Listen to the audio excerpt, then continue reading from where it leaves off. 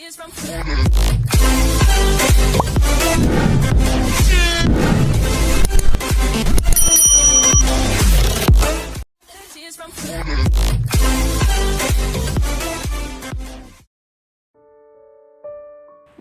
ucapanmu. Plak, plak. Tamparan Rianti mendarat mulus di pipi Radit, meninggalkan rasa panas di wajah Radit. Entah apa yang sedang dipikirkan oleh Radit, tapi hari ini dia merelakan dirinya sendiri menjadi bahan makian ibu kesayangannya dengan melimpahkan semua kesalahan nada pada dirinya sendiri.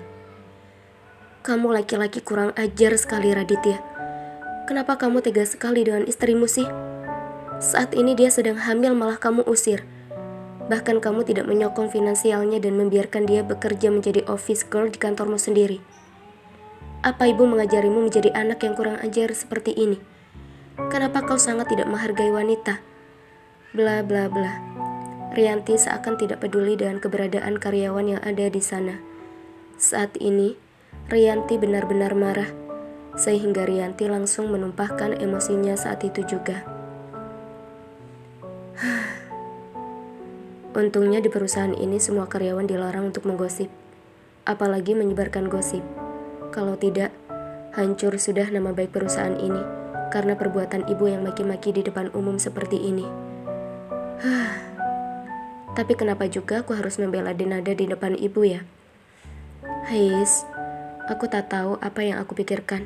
Tapi yang aku tahu, saat ini dia sedang hamil, dan aku tak ingin ibu memukulnya di depan umum seperti ini, sehingga membuatnya stres, dan bayiku ikut stres. Aku juga gak tega kalau ibu sampai memukulinya seperti dia memukulku. Gumam Radit dalam hatinya, yang menerima pasrah semua omelan dari Rianti. Bawa pulang istrimu sekarang juga ke rumah besar. Kalau kau tidak ingin dia tinggal di rumahmu lagi, biarkan dia tinggal bersamaku di rumah besar. Aku akan mengurusnya seperti anakku sendiri. Rianti kemudian pergi meninggalkan kantor Radit setelah menyelesaikan kalimatnya. Radit mengusap wajahnya dengan kedua tangannya, lalu menarik tangannya ke belakang seperti menjambak rambutnya. Kemudian menaruh kedua tangannya di pinggang sebelum melirik ke arah Nada dengan wajah yang kesal. Kau gadis kecil, hanya bisa membuat masalah saja bagi hidupku. Kau sudah dengar apa kata ibuku kan? Ikut aku sekarang juga. Tapi... Nada memegang tangan Radit yang sudah mau jalan pergi meninggalkannya. Nggak ada tapi-tapi. Jangan menambah banyak masalahku. Ikut aku sekarang juga. Nada masih enggan untuk mengikuti Radit, hingga Radit berjalan kurang lebih 10 langkah menengok lagi ke belakang. Nada masih berdiri di tempat yang sama, dan belum memiliki keputusan apapun untuk pergi dengan Radit, atau tetap diam di situ dan pergi bersama Dewa. Nada, panggil Dewa, dan Nada pun langsung menengok ke arah Dewa. Ikuti suamimu sekarang. Kau harus pergi ke rumah besar itu sekarang. Kau harus membantu dia, karena dia baru saja menyelamatkanmu dari kemarahan besar ibunya. Kamu jangan khawatir. Aku tidak akan salah paham atau berpikir macam-macam. Aku akan menunggumu, dan kamu akan selalu tahu di mana kamu bisa menemuiku kan? Dewa kemudian tersenyum kepada Nada, seakan menguatkan Nada untuk segera pergi, dan tidak menimbulkan lebih banyak masalah lagi. Tapi aku udah gak mau berhubungan lagi sama mereka, wah. Seenggaknya kamu selamatinlah orang itu dulu. Dia sudah menyelamatkanmu di depan ibunya. Jangan egois, Nada. Kau tahu, aku sangat mencintaimu karena dari dulu kau bukan orang yang egois. Dewa tersenyum lagi kepada Nada, dengan tangannya menepuk-nepuk kepala Nada, lalu membuat Nada tersenyum, dan mengangguk akhirnya. Dewa tersenyum lagi kepada Nada dengan tangannya menepuk-nepuk kepala Nada, lalu membuat Nada tersenyum dan mengangguk. Akhirnya, Nada mau pergi mengikuti Radit. Apa yang dikatakan laki-laki itu kepadanya sampai dia mau meninggalkan lelaki itu dan mau menghampiriku? Gumam Radit dalam hatinya ingin tahu sebenarnya apa yang dibicarakan oleh Dewa dan Nada. Tapi, karena Radit sudah berdiri kurang lebih 5 meter dari jarak mereka, suara Nada dan Dewa yang berbisik tentulah tidak terdengar olehnya. Klek. Radit menutup pintu mobil setelah Radit dan Nada masuk ke dalamnya. Lalu mobil langsung meluncur ke rumah besar. Pada awalnya, Nada dan Radit masih saling berdiam diri dan tidak mau berbicara satu sama lain.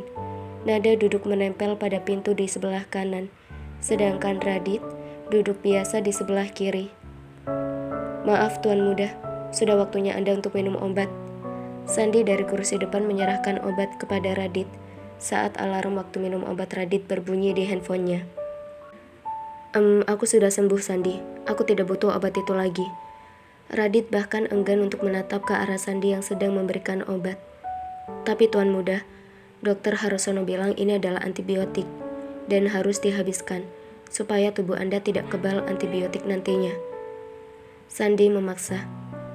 "Aku tidak mau minum obat," jawab Radit bersikeras dan sudah membuang wajahnya ke jendela sebelah kiri mobil. "Hei, Tuan Muda semena-mena yang manja. Masih baik ada orang yang mau memperdulikanmu dan mengingatkanmu minum obat seperti dia. Apa sulitnya sih kau minum saja? Kenapa setiap hari kau harus menyusahkan orang terus sih?" Celetuk Nada sambil melirik kesal ke arah Radit. "Hei, apa kau bilang? Aku menyusahkan orang? Sejak kapan aku menyusahkan orang? Kau yang menyusahkanku. Saat ini, aku harusnya ada rapat penting. Dan sekarang aku berada di mobil ini menuju ke rumah besar karena kau buat masalah di kantorku." Radit merubah pandangannya dari jendela, menatap Nada sekarang. "Aku tidak menyuruhmu membelaku. Kenapa tadi kau tidak katakan pada ibumu kalau aku selingkuh saja? Kau tidak harus repot-repot untuk membela aku dan mengantarku ke rumah besar seperti sekarang kan? Kau juga tidak perlu mendapatkan tamparan dari ibumu seperti tadi. Dan bukan kau saja yang sedang sibuk Tuan semena-mena. Kau pikir aku tidak punya pekerjaan dan tidak punya kesibukan? Hari ini aku ada UAS. Dan karena kau tidak mau minggir tadi di lift, aku ketinggalan UAS. Sekarang beasiswaku sudah pasti hilang karena kau. Ah, kau sangat menyusahkanku." Nada menjawab sambil mencibir ke Radit. "Kau yang membuat masalah lebih dulu. Kenapa sampai ibuku tahu kalau kau bersama dengan laki-laki itu di dalam lift? Apa kalian tidak puas bercinta di dalam kos kalian? Sampai harus menggunakan lift di perusahaanku untuk percintaan kalian?" Plak. Nada yang sudah sangat geram dengan kata-kata Radit tadi langsung menampar pipi Radit dengan sangat kencang. "Jaga ucapanmu ya. Kau pikir aku melakukan apa dengan Dewa di kosan? Dia pria yang cukup bertanggung jawab. Dia tidak pernah menyentuh tubuhku sama sekali. Bahkan selama kami tinggal bersama, dia tidur di lantai dengan alas adanya dan tidak pernah sama sekali menghampiriku untuk melakukan perbuatan tak senonoh.